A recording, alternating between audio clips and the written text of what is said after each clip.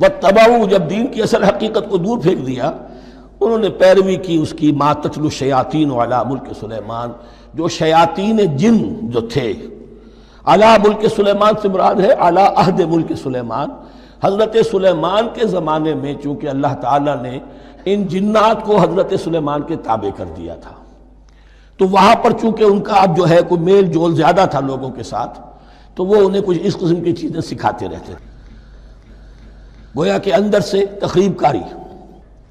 وَاتَّبَعُوا مَا تَتْلُو الشَّيَاطِينُ عَلَىٰ مُلْكِ سُلَيْمَانَ وَمَا كَفَرَ سُلَيْمَانُ وَلَٰكِنَّ الشَّيَاطِينَ كَفَرُوا، اور سن لو سلیمان نے کبھی کفر نہیں کیا بلکہ یہ شیاطین تھے کہ جو کفر کرتے تھے۔ جادو کفر ہے، لیکن آپ کو نقش سلیمانی آج تک بھی لفظ ملے گا، نقش سلیمانی۔ آج بھی مسلمان بھی ان چیزوں کو حضرت سلیمان کی طرف منسوب کر رہے ہیں، وہ ظلم اب بھی جاری ہے۔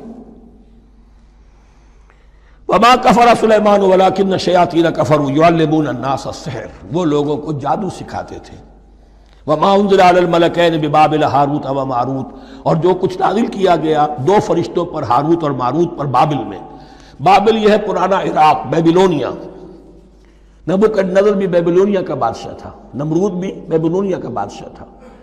عراق کے بادشاہوں کا لقب ہی تھا نمرود، نماردہ اس کی جمع ہے۔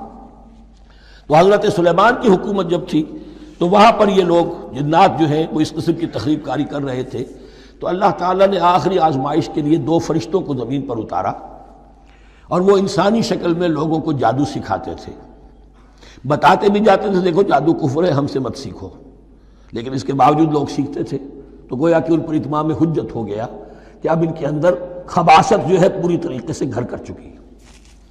وما يعلمان من احد، اور وہ نہیں سکھاتے تھے کسی کو بھی، حتی یقولا انما نحن فتنة فلا تکفر، یہاں تک کہ وہ کہہ دیتے تھے کہ دیکھو ہم تمہاری آزمائش کے لیے بھیجے گئے ہیں، ہم فتنہ ہیں تو تم کفر مت کرو۔ فیتعلمون منہما ما یفرقون به بین المرء وزوجہ، تو وہ سیکھتے تھے ان دونوں سے وہ شے کہ جس کے ذریعے سے تفریق کر سکے ایک شخص اور اس کی بیوی کے درمیان، تفرقہ ڈالنا گھروں کے اندر، فساد۔ اب بھی یہ عورتوں کے اندر یہ کام بڑی تیزی کے ساتھ چلتے ہیں، تعویذ اور دھاگے اور کیا کچھ گنڈے چلتے ہیں۔ وما هم بضارین بہ من احد، اور نہیں تھے وہ ضرر پہنچانے والے کسی کو کچھ بھی الا باذن اللہ۔ ایمان کا تقاضا یہ ہے کہ چاہے کوئی دوا ہو وہ بھی باذن رب کام کرے گی، ورنہ نہیں۔ کوئی اور اسباب طبیعیہ ہیں، ان کے بھی اثرات ظاہر ہوں گے اگر اللہ چاہے گا، اس کے بغیر کچھ نہیں ہو سکتا۔